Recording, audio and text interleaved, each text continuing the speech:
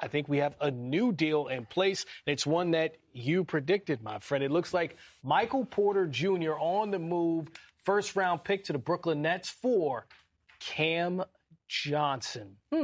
What do you think of that? Well, since I predicted it, I think it's brilliant, Chris. But thanks for the kind words.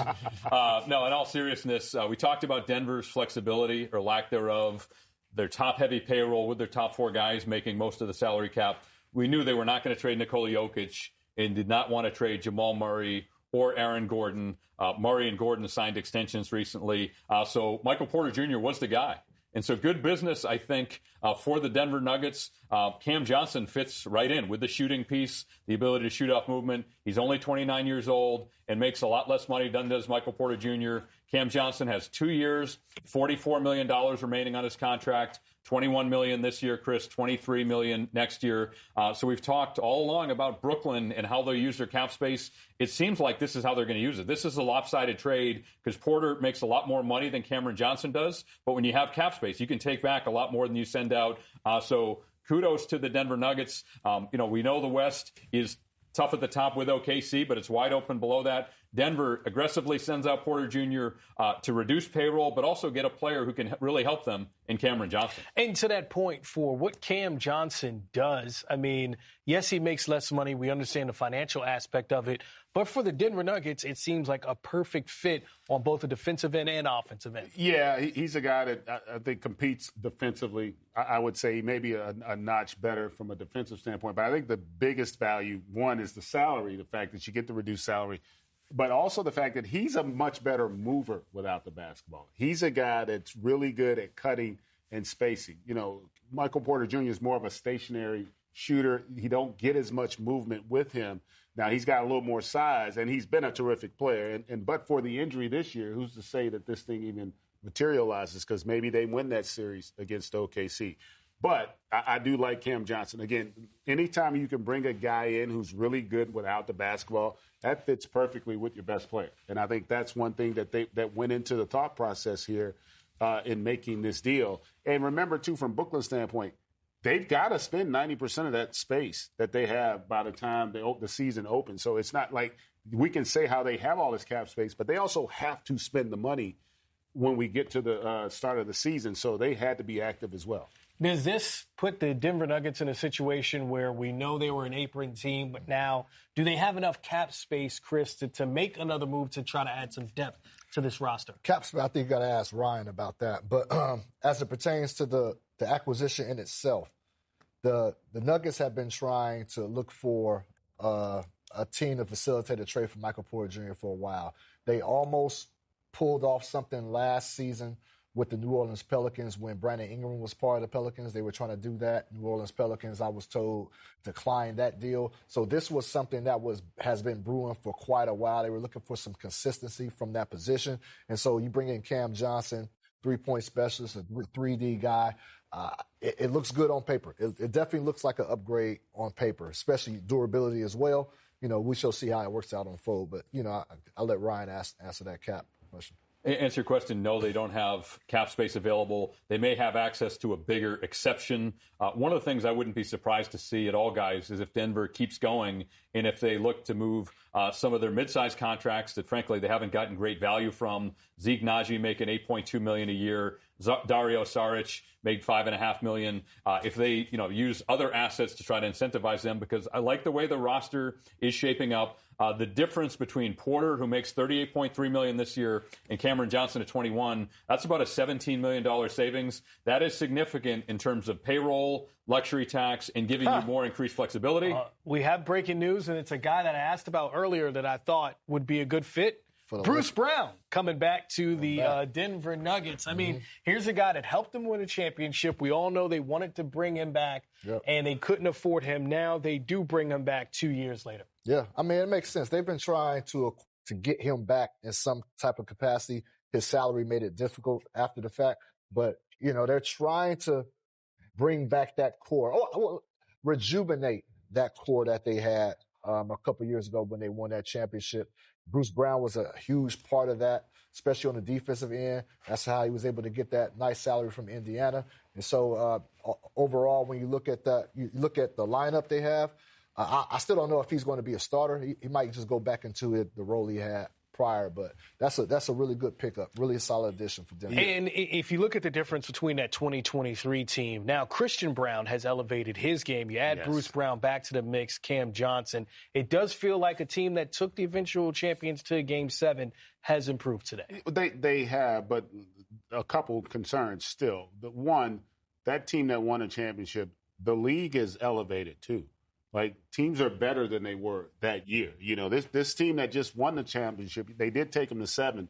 But now that they've won it, I can guarantee you OKC's going to be a different animal. Once you've accomplished a championship, as young as they are. Remember, that was the youngest team in the league. And so second youngest team to ever win a championship. To ever win it. And so the other concern with Denver, though, is if Jamal Murray, who has a history of injuries, they don't have another point guard. They don't even have one on the roster right now, I don't think. And so they're still going to have to figure out a way to improve in that area. You could literally almost guarantee that he's probably going to miss 15 to 20 games. That's kind of been his history. So you've got to still, in some ways, consolidate that backcourt and then try to get some depth in that area. Again, because that Western Conference, we talked about Houston having a great offseason. That's a much improved team off of being a 2 seed a season ago. And some of these other teams are looking to kind of ramp up as well. I got to believe at some point Golden State's going to start to participate as they're going to want to try to revamp their roster. So if you're the Denver Nuggets, this is a good start. You shed salary, and in a lot of ways you could argue maybe they're making somewhat of an improvement. Not that Cam Johnson's necessarily a better player than Michael Porter Jr., who's been terrific there and you won a championship with. But in terms of a piece of the puzzle, in a lot of ways on paper he fits better because of the way he can move without the basketball. And that fits right into what a guy like Jokic likes to do. He's such a great passer. Movement is a benefit when he's got the ball in his hands. All right, we have more movement, and it looks like the New Orleans Pelicans, Chris, they have acquired Kevon Looney, 10-year vet with the Golden State Warriors, champion. What do you think of that move for the New Orleans Pelicans to add Kevon Looney? Kevon Looney, I mean, good move. It was, I think it was due time. Kevon Looney and Golden State Warriors tenure. He accomplished a lot there with the Warriors, multiple championships, but this is going to be his first time being outside the Bay Area. So New Orleans Pelicans over there with Joe Dumars running the show. They're trying to establish something new over there, a different culture over there. So, I don't know. I honestly don't know how much Kevon Looney has left. I'm interested in seeing how this is going to fit. Well, and I was going to say, I'm looking at it from the Warriors standpoint. The Warriors are trying to create some space because they obviously want to change the direction in the front court. They want, Kevon Looney has had a terrific career and he's a great person. And I think when you start looking at it from a basketball standpoint, there are limitations in terms of his skill set. And so this would kind of make more sense now that they're going to try to definitely go out and get the deal done with Al Horford, who's going to give them spacing. He's a terrific defender, still can help impact the paint. And he's got such great experience and his overall basketball IQ and the things he could do. He's terrific at the high post. He's a really good passer. So he would seem to be a perfect fit. And this is one of those scenarios where it also kind of tells you that they've moved on and they're looking to go in a different direction. Yeah, I would say New Orleans just addressing their center spot. That's been a sore spot for them, regardless who's been in charge of the organization the last couple of years. Jonas Valanciunas was solid. Jackson Hayes didn't work out. You see Yves Missi, the rookie from Baylor, had a really nice rookie year. But that's a position they're trying to address, and we'll see if Looney can help. Keep in mind, guys, they made the aggressive and heavily criticized move on draft night to give up next year's unprotected first, which is actually the better of their first or New Orleans next year. So when you do that, you want to make sure your team is solid because the last thing you would want, especially given that the top of next year's draft looks quite strong, A.J. Debinsa, Cam Boozer, Darren Peterson, Nate Ament at the top of the class. You do not want to give up a top 4 or 5 pick, especially if you're a team like New Orleans. So I think Looney, if he can play and stays healthy, gives him a veteran presence. He's played in a lot of big games, and we know he's a rock-solid piece of a good team. We'll see if he can have that kind of impact. And that's what I was going to ask you about, GA. As a veteran, when you have a guy who's all rookie in Yves Missi, and then you have Derik Queen, who is coming in as a rookie that you traded to go get. Kevon Looney, how much of that is, as Chris has some breaking news that he's attending to right now. Whenever he walks off the set, that's an important phone call that we're going to tell you about in a few minutes here. But for the Pelicans and Joe Dumars, obviously a guy that understands building young players and veterans together. It seems like part of that $16 million he's going to pay Kevon Looney is to help with those two young players. I think you hit it right on. I'm not sure how much at this stage he's going to play, but I would also say, in fairness to Kevon Looney, the way that the Warriors want to play, he really wasn't a great fit for them, because he's not a guy that can play above the free throw line consistently. And so that made sense. And this is going to speak more to the system and the style that you're going to see from New Orleans, because they're kind of going back. They're getting their roster's much bigger.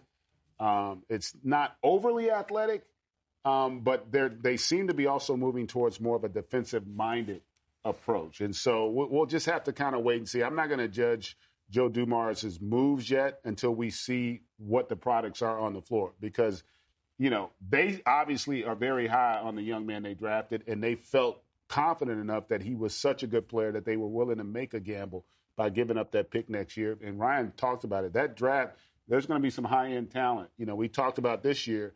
The thought process is next year's draft's going to be better. There's some really special young players if they ultimately continue to improve. We don't know that yet. That's just speculation, but we'll have to wait and see. But New Orleans has definitely been busy. I'm going to have to be biased and say Cam Boozer is absolutely going to be a stud in the NBA. Of course, you know how it is, man. If you work with us and your dad worked with us, we're big fans. D'Angelo Russell on the move, headed to Dallas.